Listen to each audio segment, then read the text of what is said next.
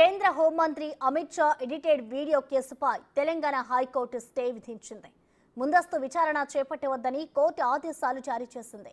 ఇప్పటికే ఈ కేసులో కాంగ్రెస్ కు చెందిన 5గురిని అరెస్ట్ చేశారు.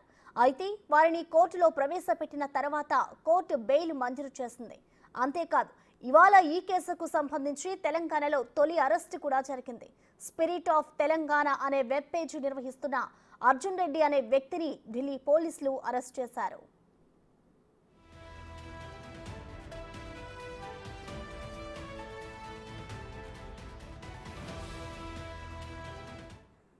ప్రస్తుతం ఎన్నికల వేళ దేశవ్యాప్తంగా రిజర్వేషన్ల అంశం హాట్ టాపిక్ గా మారింది.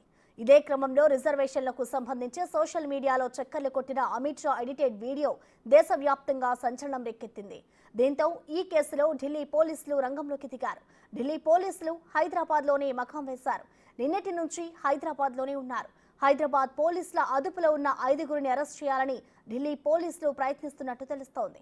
ఎన్నికల వేళ మరింత హీట్ పుట్టిస్తున్న ఈ కేసులో ముందస్తు విచారణ చేపట్టవద్దంటూ హైకోర్టు బ్రేక్ వేయడం చర్చనీయాంశమైంది.